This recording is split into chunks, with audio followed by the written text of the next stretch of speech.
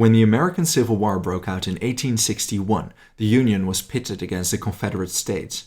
Besides all the underlying political reasons for this war breaking out, it is interesting for another reason. Because when Napoleon was defeated at Waterloo in 1815, it took decades for another war to break out between great powers. Sure, there were uprisings, such as the Belgian Revolution against the United Kingdom of the Netherlands, the 1848 revolutions that spared nearly no European state, and even the First Schleswig War from 1848 to 51 between Denmark and mainly Prussia. But all these wars had at least one relatively small party. No full-fledged war between great powers occurred. These decades of relative peace saw a lot of technological advancements in warfare, yet there was no real war yet where these weapons could be tested out. I suppose what came closest was the Crimean War of 1853 between Russia and the Ottoman Empire, France and Britain. This war was one of the first to see modern technology and tactics in use, such as trench warfare, artillery fire, tactical use of railways, and explosive naval shells. I mention this war because I want to paint the full picture, but the American Civil War really was one of the first, if not the first, war where modern weaponry such as the Gatling gun was used. Now, another modern technological invention saw action: the ironclad. Ironclads were the first type of armored ships powered by steam with iron or steel plating, hence the name. Because of the technological advancements in warfare, such as explosive naval shells, classic wooden ships became a hazard to enter combat due to them being very flammable.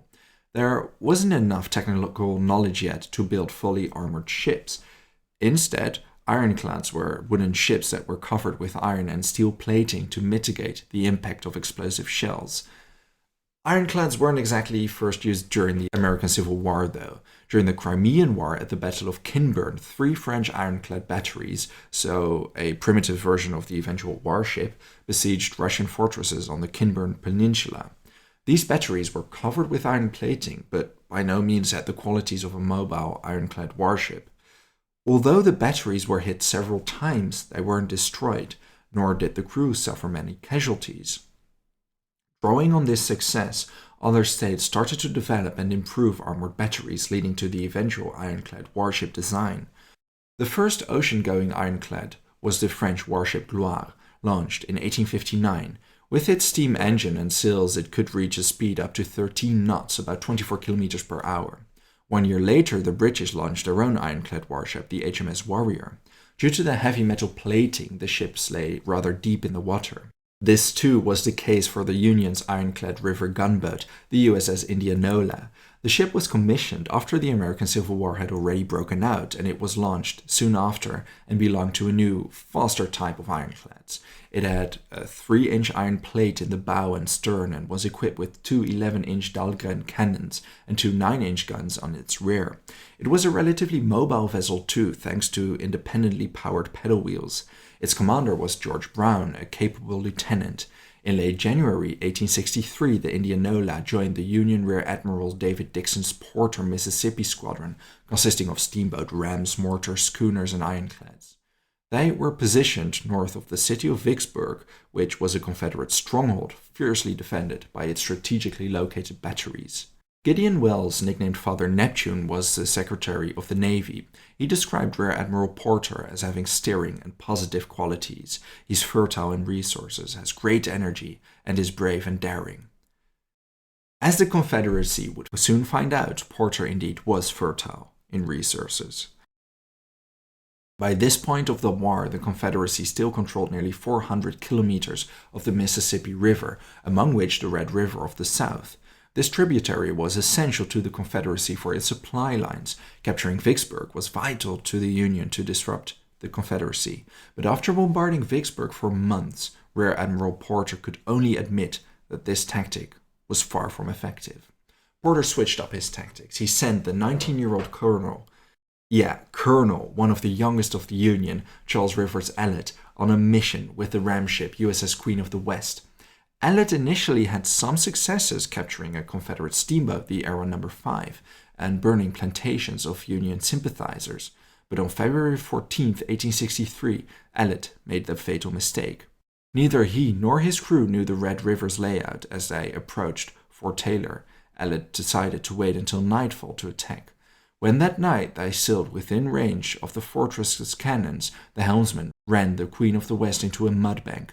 They were bombarded by the fort's 32-pounder cannons and had to abandon the battered ship soon after. In a lifeboat, the crew managed to be rescued by the steamer De Soto anchored downriver, but due to thick fog, this vessel too ran into a mudbank. Eventually, most of the crew was rescued by the recently captured steamboat Era No. 5. The mission was a complete disaster that lost the USS Queen of the West and the De Soto, not to mention the several dead among the crew. 2 days before this disaster, Rear Admiral Porter, unbeknownst to what was going to happen to his fleet, sent the USS Indianola downstream from up north to resupply the Queen and De Soto. The steamboat Era No. 5 was sailing upstream, but during its escape it ran out of coal. This led to Colonel Ellet ordering the burning of corn. As you can tell, they were rather desperate.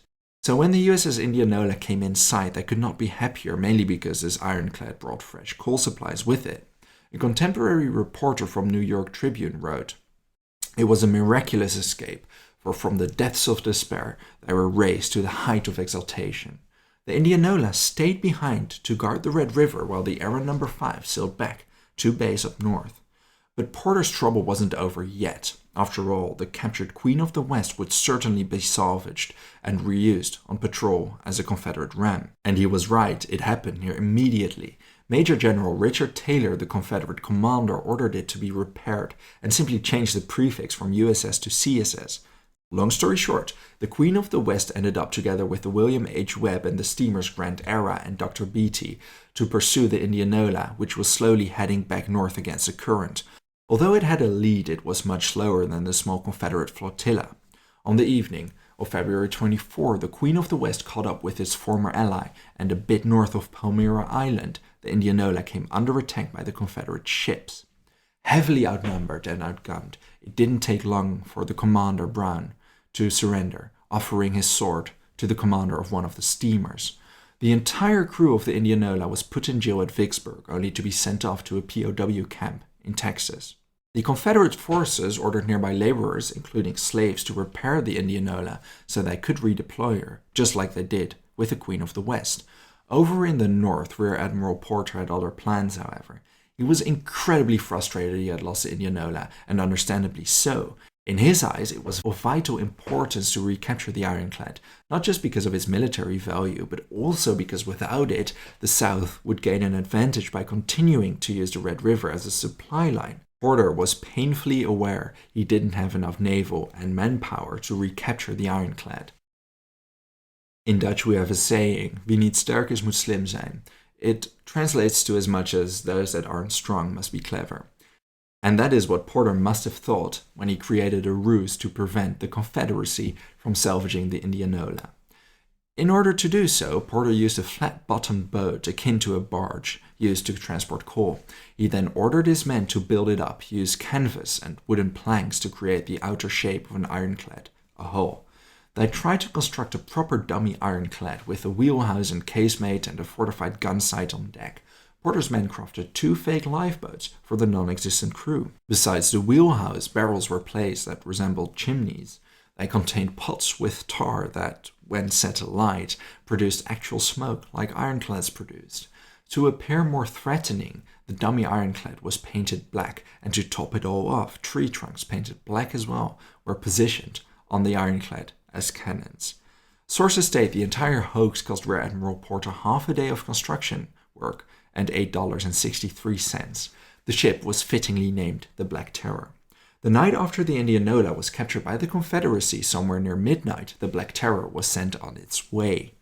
There was no crew on board, and the only thing that captured the eye, aside from the slowly moving silhouette of the mock ironclad, was the coal barge with stacked pork barrels to represent smokestacks and logs shaped like a cannon.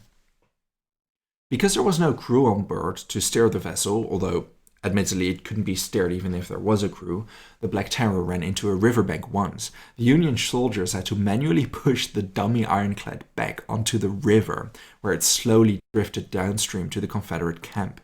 It must have been quite a sight to see soldiers push a wooden raft that was nothing more than a bunch of wooden planks and pots burning tar onto the river in an attempt to intimidate their enemy. But it did intimidate the Confederate soldiers. The ram, the Queen of the West, which laid in the trajectory of the Black Terror, quickly turned around to sail away upon the realization that this ironclad was undeterred and seemingly in pursuit. Unbeknownst to its crew, if they only waited a little longer or decided to confront the slowly approaching vessel, would they have found out it was nothing to be feared. A bit more downstream of the Red River, at their guard post, a salvaging crew was repairing the Indianola. As the guards saw the silhouette of the Black Terror approach in the moonlight, a black skull and bones flag on its bow, they rang the alarm and opened fire. Although several of their cannons hit their target, it didn't seem to dissuade the ironclad slowly moving on its way. Rear Admiral Porter later recalled, "Never did the batteries of Vicksburg open with such a din, because the barrage of fire didn't deter the vessel. The Confederate soldiers had to act quick. The last thing they want was to lose a firefight with an ironclad and in turn lose their recently captured Indianola." Although unsure who gave the command, the Confederate soldiers decided to scuttle the Indianola. The only thing that they took of the vessel so far was the drink. Classic. So there was enough flammable material to sink it. They set its magazine, filled with ammunition, ablaze. A massive explosion followed. Here's an original sketch of the blast by Theodore Davis, published in Harper's Weekly in 1863, following the event. The explosion ended the Indianola. The ruse by Rear Admiral Porter, surprisingly enough, worked. Following the scuttling of the Indianola, the Black Terror drifted on towards the Confederate soldiers. I mean, obviously, it wasn't like someone would turn it around. It ended up running into a riverbank again, and this time the Confederate soldiers discovered what it consisted of. Nothing more than some wood, tar, and canvas. Learning about the true nature of the craft, Southerners became convinced that their enemies were diabolically cunning, according to contemporary reports in papers prepared for the Ohio Commandery. The Richmond Examiner ran the headline, "Laugh and hold your sides, lest you die," of a surfeit of derision, and the ruse by Rear Admiral Porter lived on to cause laughs over the years. It is quite the exceptional story for sure. As for the war itself, in the next couple of months, both Vicksburg and Port Hudson, the Confederacy strongholds around the Mississippi, fell, and eventually the Union emerged victoriously. Thank you for watching this video. If there's a topic or event you'd like to know more about, let me know your thoughts in a comment. I would also really like to thank all my patrons for their generous support. If you enjoy House of History and want to support my work, consider checking me out on Patreon. For just $1 a month, you already gain access to the exclusive Patreon series. Don't forget to subscribe. See you next time.